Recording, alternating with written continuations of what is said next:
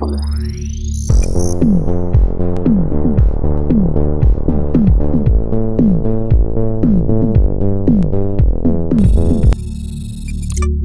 good morning. Oh, good morning. It's too early. Welcome to the first, best, and only morning show in the world. I'm Anthony Carboni. I'm Saige Ryan. And we have got a news. We've got at least one news. We've got There's one a couple pieces. metric news for you this morning. Yesterday was Super Bowl Sunday, or as most of chat has acknowledged, Superb Owl Sunday. And look, sometimes large events make a little bit of a slow news day.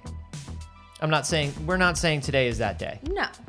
We would never open a news show by saying it's a slow news day. That's not something that we would do because we're professional journalists and we know that it's our job to find the news and make the news. That's why Anthony actually robbed a bank yesterday. Johnny Spartan, where are you? Where is Johnny Spartan? When is Johnny Spartan coming? We're waiting on him. He's waiting on us. Is he waiting on us? Because we're ready. I'm gonna tell you right now, don't wait on me, Johnny. I'm ready. Again, if you didn't make the game, it's okay. Hey, 343, if there is no Halo Infinite, Tell us. just tell us. It's okay. There was a post on the Halo Waypoint from 343 Industries giving their weekly flighting and development update. You know, they did promise that they'd be giving a lot more updates. In 2021. One thing that they did say that's kind of interesting about the Master Chief Collection updates, they say there's going to be a new way to play it soon. You're going to be able to play it in a new place very soon. What does that mean? I mean, what is it on currently? Xbox. It's an Xbox game. Right. I mean, is it on next gen yet? I don't. Because that just sounds like they're porting it to next gen and maybe and PC then. That's what I'm thinking. That's it, because they put all the rest of the Halo games on PC. It's already on PC and Xbox apparently. I mean, they could be doing Steam and Xbox Windows. Yeah, I mean, I guess maybe it could be coming to PlayStation because we don't know that there hasn't been the exclusivity of Halo anymore. My thing about this update is, okay, Master Chief Collection's coming. Something's happening with Master Chief Collection. Great. 343's been giving us a lot of updates lately that's like, everything is coming soon and it's coming good. Everything be good soon now, go. Be do. And we're like, what? But what does that mean, 343? You can't even tell me what's going on with the Master Chief Collection? Look, forget about Infinite. Let's take Infinite and put it over here. Let's pretend Infinite, we'll let that wait. 343? Where's the fucking, what are you talking about with Master Chief Collection? Why are you being so cryptic all the time? Are you making a game? Are you making a game? If you're not working on your games, you can just tell us. Here's what I think happened. I think at the time they were like, we're gonna do weekly updates because we're gonna be like way further along by next year. It's next year, okay? 2020 will be over. We'll be able to get back to normal. And then, like the rest of us did who were looking forward to 2021, we realized 2020 never ended. And they got there and they were like, shit, we have to give weekly updates. I don't know, do something. Put the Master Chief Collection on the Epic Store. But I don't know. I don't know. We gotta tell them something. We said we'd tell them something every week. Tell him. More frequent. And I feel like slowly these updates are gonna get less and less about the Halo games. They're just gonna be like, Todd actually got engaged this week. Hey, everybody, give a round of applause for Todd. You may know Todd as the guy who textures trees. But what'll happen is when they move to those sorts of updates, is all of the mainstream gaming sites will be like, what is it? Halo Infinite says that the guy who textures trees is taking a marital leave. How will this affect Halo Infinite? What will happen to the trees? Trees are bound to look shitty in Halo Infinite. Okay. Sarah brought her lovely Doberman by the office this week. Here's a picture. We here at Polygon found out that Sarah refers to Sarah Johnston, who's working on the multiplayer balancing for Halo Infinite, and when her dog came in, her productivity probably dropped about 13%, and so there will be no multiplayer beta for Halo Infinite. I'm calling it now. They're gonna run out of updates for the games, and they're just gonna be like, we have to tell them something. And we're just gonna keep eating up their non-updates and reporting on them. We here at It's Too Early promise we will tell you all of them. We're gonna tell you all of them. It doesn't matter if it's Todd getting engaged, if it's Sarah's Doberman. Hey, which once again, mazel tov, Todd. Yeah, congratulations. That's so great, buddy. The Prince of Persia Sands of Time remake is delayed again. The next-gen remake of Prince of Persia Sands of Time has been delayed multiple times. The difference between this delay and the previous ones is there is no new date announced. We've seen a lot of games do this in the last year or so. A lot of people just be like, it's delayed. And we're like, great, for how long? And they're like, a bit. And just you don't even worry about it because it's coming. It's coming soon. It's coming soon. It's soon and it's good. It's soon and good. Listen, we do games soon good. We make Johnny Spartan shoot. Mm-hmm. And then the more these updates get spaced out and the rarer they get, all of a sudden they just stop updating. Yeah. And then the game go away. Yeah. I hope game don't go away. I can't imagine that the Prince of Persia remake will go away. But it sounds like maybe if they don't give us a date that it might be 2022 and they don't want to admit it. Yeah. The official announcement from the dev team. Since announcing Prince of Persia: The Sands of Time remake back in September, we saw an outpouring of feedback from you on this beloved franchise. It is your passion and support that is driving our development teams to make the best game possible. With that said, we've made the decision to shift the release, shifting like sands, am I right? For Prince of Persia: The Sands of Time remake to a later date. The extra development time will enable our teams to deliver a remake that feels fresh while remaining faithful to the original. We understand the update might come as a surprise, and we will continue to keep you posted on the progress. In the meantime, we want to thank you for your ongoing support. Now, the first paragraph of that very much leans into the conversation around, like, fans have been real loud about this. Do you think that there is a possibility that they announced the remake and then they realized how much people cared about it and how, like, much they were going to be down their throats about it doing justice to the original game, and they were like, what we were making is not going to cut it. People are going to be so mad at us. Now, there were fan rumblings about the remade model of the prince looking weird and not matching the CG, the CG movies, which are apparently some are being redone and some were looking like they weren't being redone. It's very weird. I think they wanted to put this out as like a real quick, a real quickie thing. It's just a real quickie remake thing. Quick remake. And everyone does quick remake. Yeah, and really what they were doing was something along the lines of a remake / remaster. And now they're like, ooh. Okay, well we're sorry. We'll make it all match. We'll huddle in, we'll talk about this, and then we'll revisit. Obviously, it's also still a global pandemic. Did most of us think we would still be trapped in our homes in February of 2021? No, we did not, nor think that it would be continually getting worse. So it could also just be, your standard run-of-the-mill plague delay. I just want to focus on the phrase standard run-of-the-mill plague delay. Please, yeah, what's up? And how that did not faze me at all. Yeah. What fazed me was the fact that I wasn't phased. That's what caught me. That's what caught me. I initially was like, yeah, standard run-of-the-mill plague delay. And then my brain was like, should not be standard. Should not be run-of-the-mill. Right, no. My brain was like, no. Wait a minute. Not supposed to have plagues. Hey, everybody's doing their best. You know what I mean? They are just doing their best. Hey, everybody doing their best. We know it. We see you. Everybody's doing their best, except for maybe 343 Industries. But we don't know. We don't know. There have been a lot of big personal events going on. Sarah got that new dog. Todd got married. True. Mike's kids' chess team made it to the regionals. Yeah. And that's a huge deal. Yeah, he got one of those stickers that says, my kid is a star at insert elementary name here for it. It was really cute. It's really cute. And anyway, that's our official 343 Industries update for today. The lead developer of Halo Infinite followed me on Twitter last week, and I want to apologize. Hey man, you here? Hey man, I'm sorry. We're just goofing. But if we're big Halo fans. If the game isn't coming, just like blink twice. Yeah, shoot Anthony a DM if you didn't make the game yet. We love Halo, we want it, but like if you didn't make it, we're just telling you it's okay.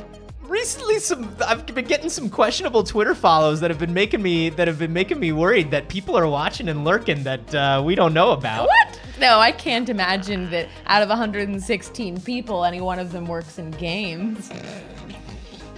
Here on Twitch. That's the thing. It's 116 people. How would anybody important be here? You're all important, but you know what I mean. No. You're all important. No. Listen to me. Every single one of you is important, but you know what I mean. Like, I'm not important. You know what I'm saying? We're not important. Like, we're important, but none of us are like making Halo right now. You know? We're gonna have to end the show. Is now a good time to bring up the donation bar at the bottom of the screen? You fucking monster. Please, everyone, remember, I didn't say that.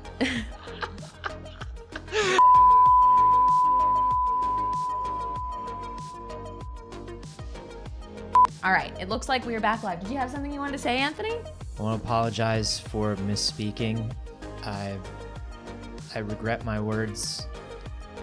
Everybody, all the little pickles are important, and I misspoke, and I'll never do again. And I'd also like to apologize to 343 Industries, to the Microsoft Corporation, to the people who make Genshin Impact, and to the fine people who make all of the model kits that I have yet to open and build. And how about to the fine person who gave you one of those model kits you didn't open and build? I apologize, Saige. Let's talk about electric cars. Sure, we talked about electric cars somewhat recently. We talked about Apple having some deals going on to start formulating an electric car of some kind. And you're excited because you're an Apple fan. I am an Apple fan, and I appreciate competition in the market.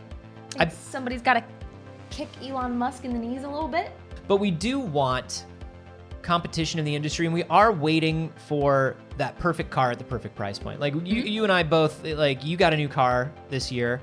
Newish. A used car. You got a used car. You had to replace your other used car with a newer used car. Yes. Like most of us do in this world. Of course. I am just waiting for my car to do that thing that it does in Goofy cartoons, where it slows down and then the walls and then the doors fall off, and then the frame comes down and the engine keeps going. Like, any day now. It's already done half of that. It's any day now. But I've been looking, like, is it worth it to get an electric car? Is it worth it to get a used electric car? And the answer is still like, it's a little bit more worth it in California because we've set up a lot of infrastructure for it, but they're expensive. They are expensive, and access to places to charge your vehicle are not great yet. I couldn't do it, for instance, at my apartment building. So we're sort of hoping for the Apple car to come out, because Apple does have a tendency to force the adoption of technology. Yes. They do have a tendency, when they decide to get into a market, to change that market. We saw it with the iPhone. We saw it with the personal computer. This is what Apple does. So we're waiting for the Apple car, and it looks like we're going to have to wait much longer. Apple was talking to Hyundai and Kia about creating the Apple car, and those talks are now paused. It says that despite all the information leaking out about a possible deal between Apple and Hyundai and Kia, talks have paused recently. We thought that Kia's Georgia plant was going to serve as the manufacturing base for the Apple car in America, but it looks like no. But it isn't all bad news.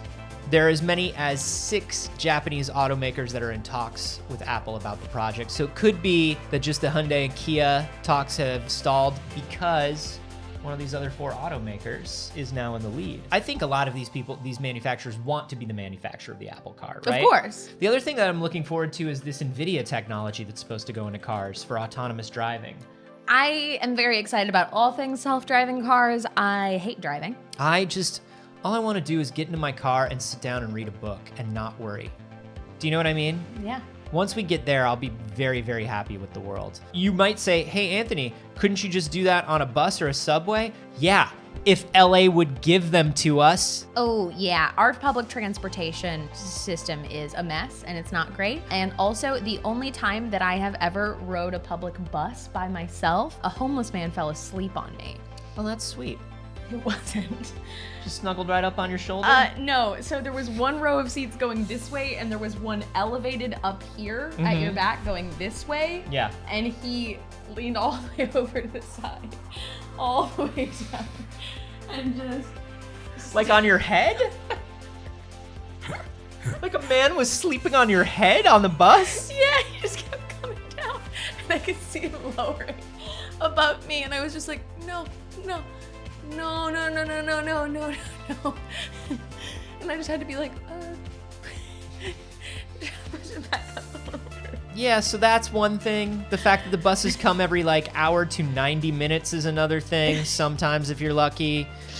I can't imagine you'll have the same experience I did. All these things only happen to me. I was on a Greyhound bus. No, I'm not going to tell the Greyhound bus story. It's gross. I'm not going to tell it. The closest LA got to the expansion of public transportation recently is Elon Musk wanted to make an underground tunnel for rich people. And only rich people? Only rich people. The tickets were going to be so expensive. And you had to have your own car? Yeah. And you had to put your car into the rich person tunnel, and it was like $40 to get from one end of the city to the other. That's all we got. That's all we got. When I moved to LA, I looked at the metro map for the first time, and I was like, oh, this isn't too disappointing, because I saw like 5 different colors. 5 different colors, just like the San Francisco system, just like the New York system. I was like, oh, cool. 5 different lines going in 5 different directions. No, when you look at the LA metro map, these 5 different lines, they all start with like one different stop. And then within 2 stops, it's just one straight line all the way across Correct. LA. It's just the red line. There's really just one train. Yeah, mostly it's the red line, and it goes from the north end of the valley to downtown. But if you want to get anywhere to the sides in that time, have fun. It's wild. So we would like electric cars. I would like public transit infrastructure, but it looks like we'll probably just get expensive electric cars because capitalism is crushing us all. We got a new trailer for The Falcon and the Winter Soldier. That's very exciting. Oh, okay, I'll click to cast these to my TV, sure. Thank you, comicbook.com. I'm very excited for Falcon and Winter Soldier. This trailer is very good.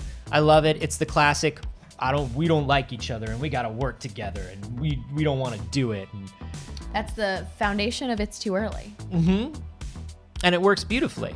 It's a tale as old as time, but it looks great. I'm very excited for this. I'm very excited for more television expansion of the Marvel Universe. It looks like Baron Zemo's back. You all remember Baron Zemo by name. Nailed it. You all remember him by name. He's one of the incredibly memorable Marvel villains that Marvel always has. His whole thing was that superheroes should not exist and that the playing field should be leveled for everybody and they need to be destroyed because they're too much of a dangerous power.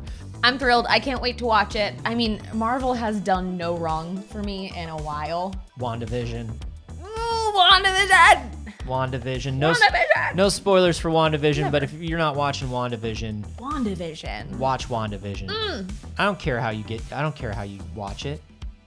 I'm not a cop. Just watch WandaVision. Okay. Very good. Super excited to watch that. That was one of the many trailers that we saw come out of. Can I just say, Marvel looking big budget, even on TV. I think part of having Disney Plus is they're not having to share their profits with another streaming platform, which means they're able to put more money into these shows. Well, and they also just they're at that point now where they just want to increase subscribers to Disney Plus. So everything's a loss leader. They're just like, it doesn't matter. We're going to make it as big as you want to make it, and people will watch it over the next 10 years. And people will sign up because they want to see it. Exactly. And they can do that because it's their own platform. And like, as much as I'm against there being a million different platforms that we have to pay for, because then we get back into cable, we're gonna have to start bundling them back up and we start all over with internet cable. Disney Plus is worth it for me. Disney Plus is good. Going from Disney Plus to HBO Max to watch Wonder Woman, I was like, Wonder Woman looks like garbage. The way Disney Plus is doing like compression. The movie, not Gal Gadot. It's not Wonder Woman's fault. She's perfect. No, she looks amazing as always. But you can see you can see film grain in the old films, and it's clean and clear, and it's just so good. Marvel has got some other interesting stuff going on potentially. This was not a Super Bowl announcement. This is one of those magical things that happened on Twitter. Jimmy Woo. Jimmy Woo. Give him everything in the world. Give him the world. Give it to Randall Park. So, Stephen Ford, who is a director and actor on Teen Wolf and Kamen Rider, and he's done a lot of stuff. He was like, hear me out. An entire Disney Plus show about Jimmy Woo working weird cases in the MCU, like a fun X-Files. Make it happen. Make it happen. Yes. Please. Of course. I'd love that. Of course, make it happen. Well, here's what's up. Marvel called Stephen Ford and said, come on in and pitch us on this idea. We love this idea. Right now, Stephen Ford is getting ready to pitch the Jimmy Woo X-Files for the MCU. Come on. Can you see the hairs on my... Also same though. Can you see? Also got goosebumps. Like, that right? was weird. You I don't can't feel like see it. should. Ugh.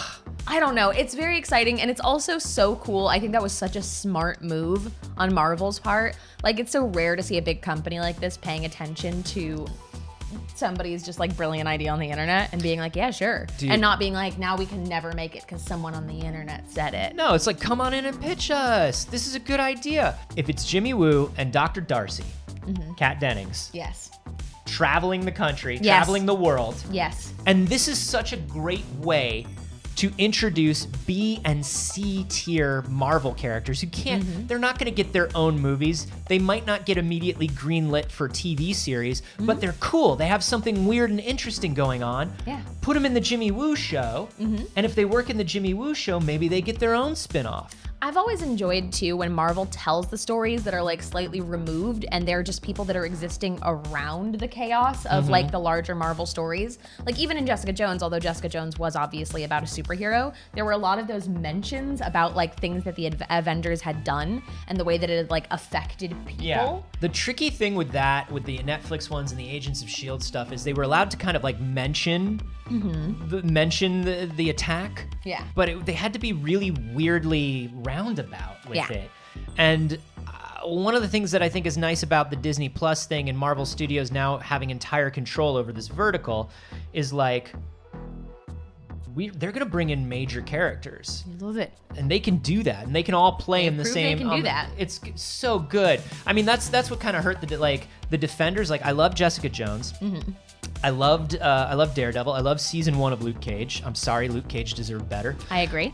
Iron Fist. Well, And I speak as somebody who's a fan of Iron Fist comics. A lot of things need to change about Iron Fist. And they did not change those things, and they did not pay attention to those things. But the thing that the Defenders were really missing was, like, as they were gearing up for this big evil, how do you not see Spider-Man or Moon Knight or some of these characters swinging up? Like, you're in New York, this is a big deal. They can do that now. However small, they can do that. Third and final Marvel news for today. The Mahershala Ali Blade movie I'm so fucking excited for this. has just picked up one of the writers from the HBO Watchmen series. Stacey Osei Kuffour. She was one of the main writers on Watchmen, which, whoa, unbelievable. Obviously, the one-to-one here, Watchmen did a superhero story about racial tension, class tension, identity crises, so well. In a way, it was so fresh. I said 1,000 times, I don't want a Watchmen TV show. Leave the Watchmen alone. Every time somebody touches the Watchmen, it's just like, no, it's a 12-issue, it's good. Just leave it alone. And then this series came out. I know. I have a thing I'm doing with the series. So I am such a big Watchmen fan. I love the graphic novel so much. I actually really enjoy the movie, even it has its issues, no doubt. Like, I acknowledge the many problems with Watchmen, but I was a big fan of They the traded film. out Coco for rough sex. I understand. But it was still something I enjoyed very much, especially at the time, and I try not to go back and revisit much now. I feel like I am in my head a little bit like saving the Watchmen series because I keep thinking like, well, eventually I'll have enough free time to really get to enjoy and appreciate it. But I think Yeah. also part of that is not wanting myself to run out of it. It's one of those things where I meant to just get into it a little bit, and I watched it all in a day. It was, how did they turn something that I didn't even want into one of my favorite pieces of media of all time? Part of it had to do with the writing, a huge part of it. And that's why this is exciting for Blade, because I'm so excited for New Blade. there are so many themes within Blade about class and race and identity and good and evil and all this stuff. And like, look, we got a cool blood rave, but it's not like the Wesley Snipes Blade movies were about touching on those things. Right. This could be really, really good. There were a bunch of Super Bowl ads. There was a bunch of fun stuff. There was tragically a Fast 9 commercial. Yo, look it up, Anthony. Look it up. It's in there. Look, no, but I want to find the tweet. This is what's up. This tweet from Justin Lin. 1 4-second shot in Fast 9. 8 months of prep, 4 days of production, 3 cars destroyed, work from over 100 of the most dedicated and talented crew. Look at this shot. 4 seconds of film. Woo! What does even happen? They have the car on a gimbal on a track that goes across and then through the robo cameras.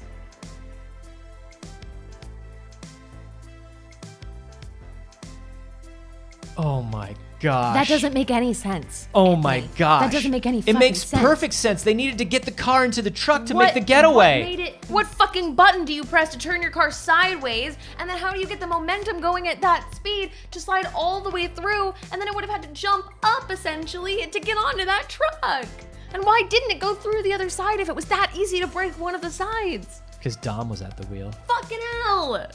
These movies don't make any sense to me. I don't get it. Because Dom was at the wheel. God, I don't fucking get it. No. Look, for those of you who have joined us in recent times, I had never seen any of the Fast and Furious movies. Anthony and I watched the first 5. No, you made it to 6. We watched the first 6 movies and we posted reviews of them here. We showed them on the show and then we put them up on the Patreon. They're the best. Abria's in chat trying to say it makes perfect sense. Yeah, Absolutely not. Thank you, Abria. Abria gets it. What's up? What's up, Pickle? I know I call you all Pickles. I call you all Little Pickles, but Abria is actually my pickle. I don't approve of any of this. Not one of those things. I don't get it. I don't get it. I also hate cars.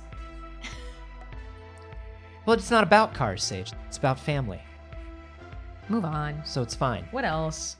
Hi, thank you so much for watching It's Too Early. Yeah, we appreciate it. We hope you subscribe here at the PixelCircus YouTube for all the good things that we do, but also, why don't you watch the show live? You could watch it live every Monday, Wednesday, and Friday at 8 a.m. Pacific on Twitch. Yeah, it's longer. There's more. There's so much more. It's too much crazy. more, almost. Wow.